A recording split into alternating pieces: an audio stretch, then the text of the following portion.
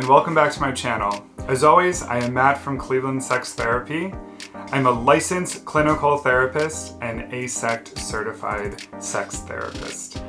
Today, I am starting a new series of videos I am calling the Sex Alphabet. Each video, I will take a letter of the alphabet, starting with A, and work my way down to Z, and talk about a topic relating to sex and relationships. Wondering what I will choose for Q and X? Well, you will have to stay tuned. Today, we are starting off with the letter A, and it just so happens to be something I talk about often with people. Anal. When it comes to anal sex, I am going to tackle a few things with this video. First, a huge myth that tends to stop people, and then after that, talk more about why it can be pleasurable for any human who wants to engage with it. Let's get the biggest and potentially most sex negative myth out of the way first. Anal sex is pleasurable, period. It does not matter your race, gender, or sexual orientation. I see where this myth comes from. When we say that we are having sex, we assume it's penetrative. For gay men, sex negativity will tell you that the only way you can do anything is through penetration of the anus.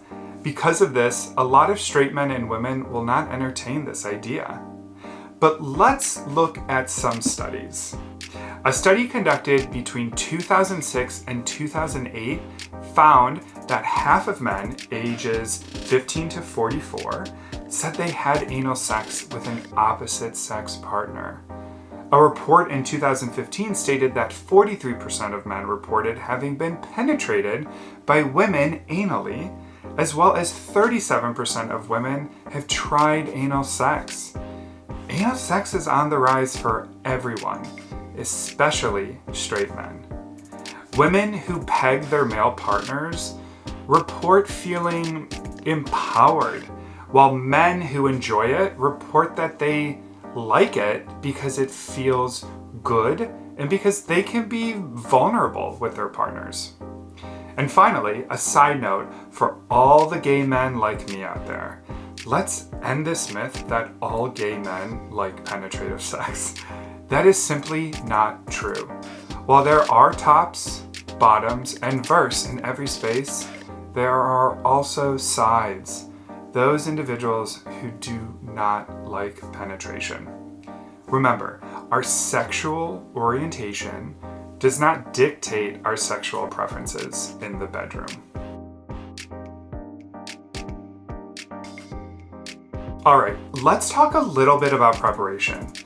Did you know that research shows that 74% of millennials, as well as 70% of Gen Z and 70% of Gen X has tried anal play? Unfortunately, many have cited that fear of pain is one of the reasons why individuals do not try anal sex. And for those who do try it, they usually experience pain, which causes them to not want to try it again. So preparation is key for this to be successful.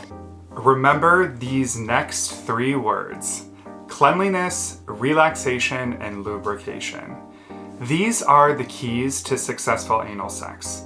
Start slowly, use fingers and small toys first, letting your muscles get used to the sensation. Use plenty of lube and communicate with your partner. Safe words or signals can be really helpful. Next up, you want to find comfortable positions and listen to your body. Anal sex should never hurt. If it does, stop immediately. Pain and bleeding are signs to reassess. Afterwards, chat with your partner and check in with one another about how we are feeling. Aftercare is truly essential. Don't forget, the anus is a powerful erogenous zone. Pleasure can be experienced by anyone, no matter their gender or sexual orientation. For enhanced pleasure, mix anal sex with other forms of stimulation, like oral sex or mutual stimulation. Experiment with different anal toys and build up gradually to increase intensity over multiple sessions. Practice mindful breathing to stay relaxed and in the moment. If you're feeling anxious or have concerns, consider seeing a sex therapist. They can provide guidance, support, and personalized advice. All right, we can cross off the first letter of the sex alphabet. How are we feeling? I'm feeling pretty good about this and pumped for all of you to join me on this journey. If you found this video helpful, please give it a thumbs up, subscribe for more sex positive content, and share your thoughts in the comments below. Until next time.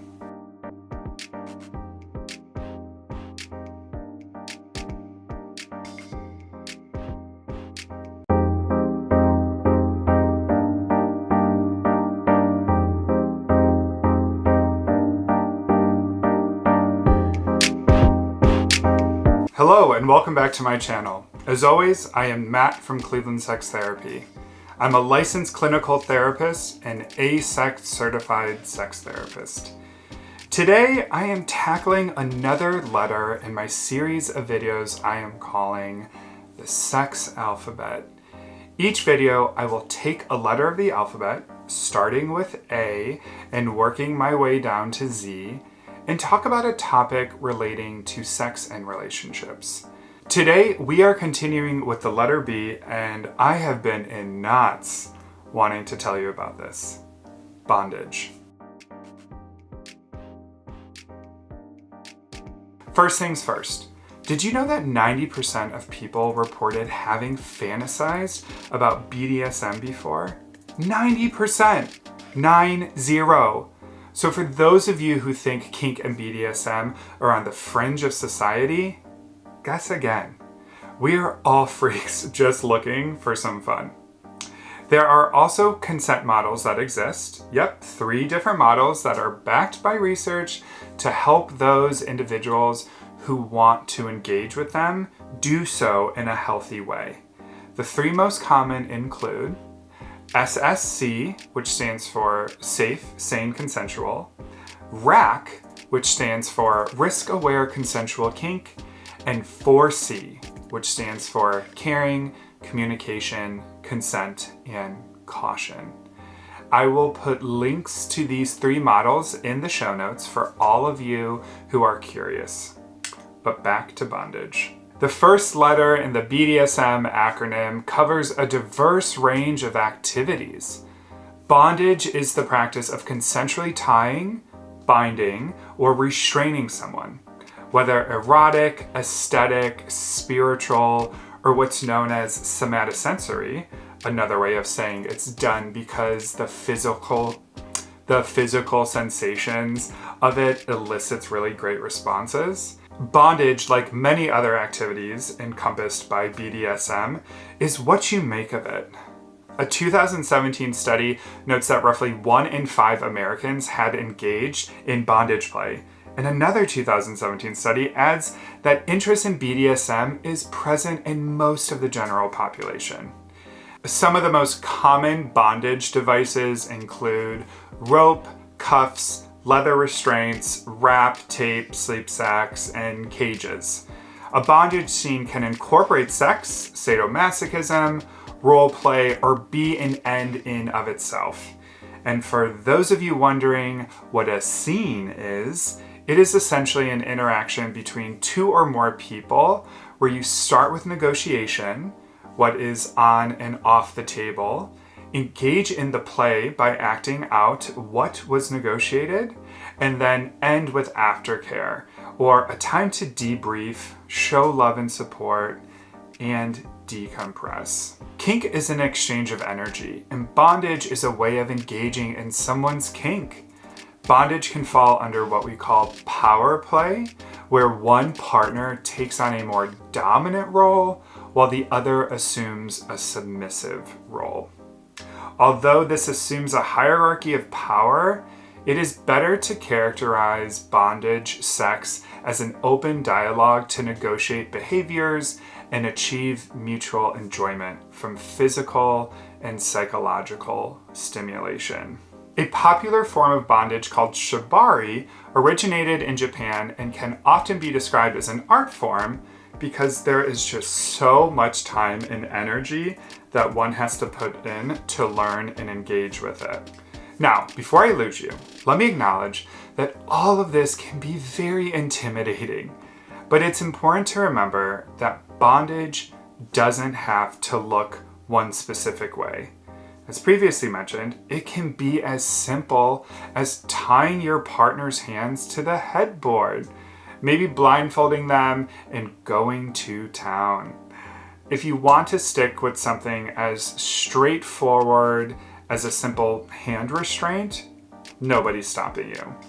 And no one's forcing you to try more complex or intense forms of bondage either. To each their own.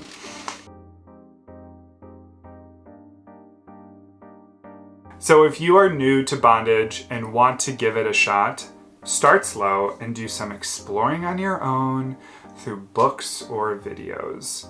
Once you feel comfortable, you can talk to your partner or partners and see if they are open to it.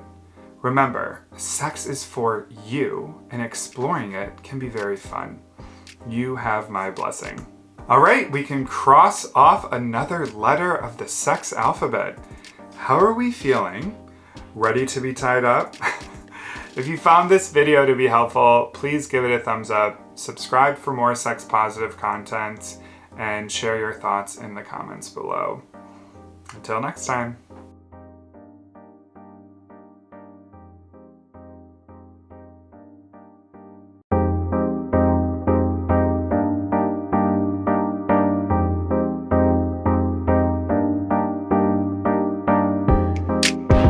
Hello and welcome back to my channel. As always, I am Matt from Cleveland Sex Therapy. I'm a licensed clinical therapist and AASECT certified sex therapist. Today, I am tackling another letter in my series of videos I am calling the sex alphabet. Each video, I will take a letter of the alphabet, starting with A and working my way down to Z, and talk about a topic relating to sex and relationships. Today, we are continuing with the letter C and talking about a really controversial topic, consensual non-consent. So let's start by defining this kind of kink. Consensual non-consent, CNC for short, refers to any kind of play where force, control, or coercion are consensually brought into the dynamic.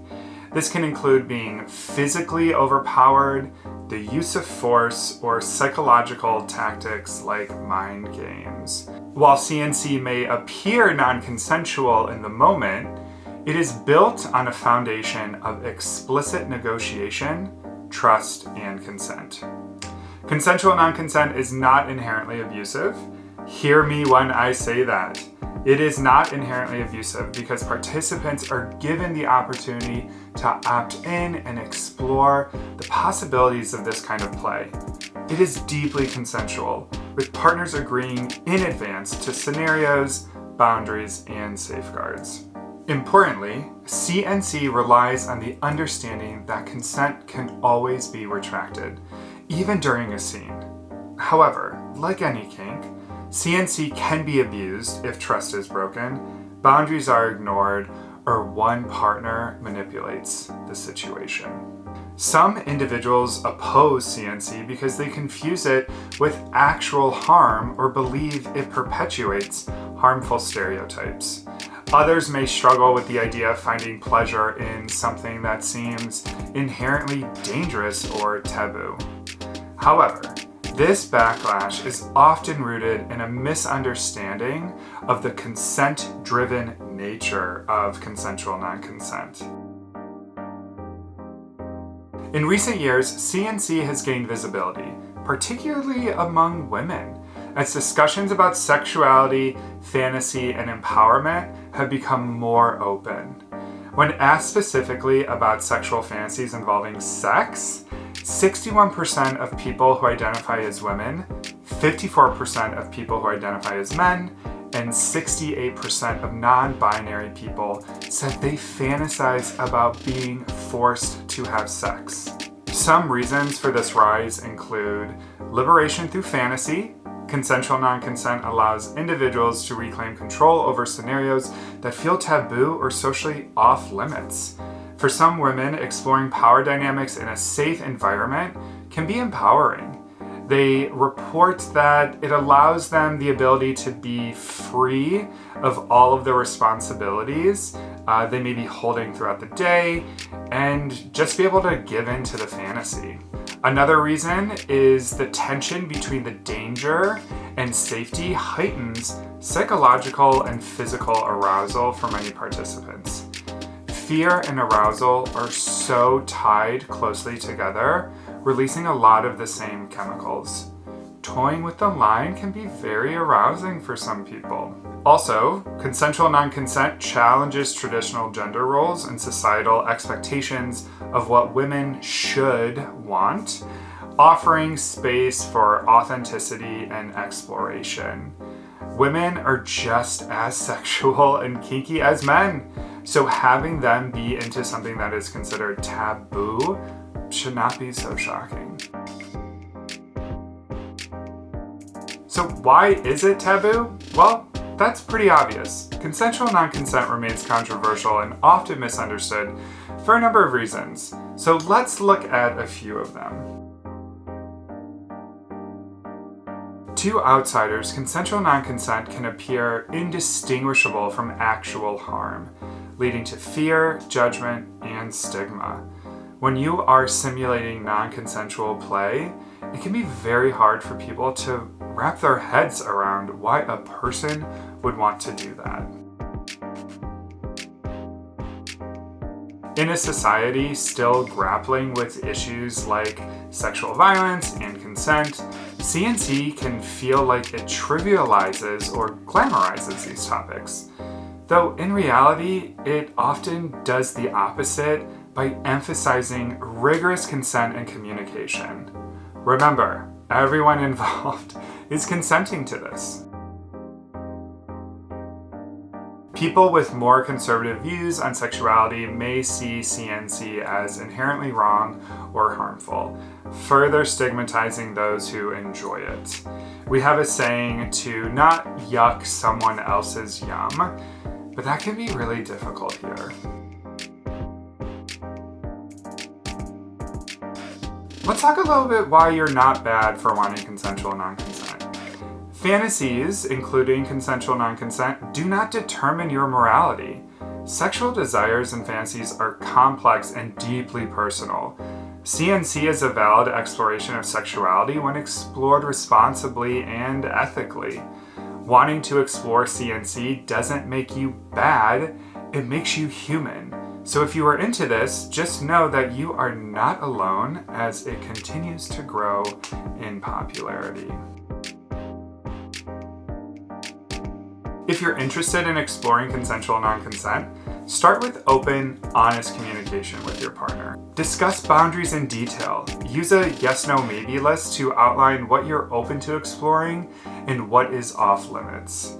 Establish a safe word. Safe words are essential to ensure participants can stop the scene immediately if needed. Also, start small. Begin with scenarios that feel less intense to build trust and confidence before diving into more complex fantasies. One example would be starting slow with light dom subplay and seeing how that feels. It is also really important to practice aftercare. After the scene, debrief and care for each other emotionally and physically to ensure that everyone feels safe and valued. Exploring CNC requires trust, respect, and ongoing communication. When done with intention and care, It can deepen intimacy and allow partners to explore their fantasies in a safe, consensual way. But you want to make sure that you trust the person before engaging in these kind of sexual fantasies. All right, we can cross off another letter of the sex alphabet. How are we feeling? Ready to consent to consensual non-consent? I would love to hear your thoughts on this complicated fantasy. If you found this video helpful, please give it a thumbs up, subscribe for more sex-positive content, and share your thoughts in the comments below. Until next time.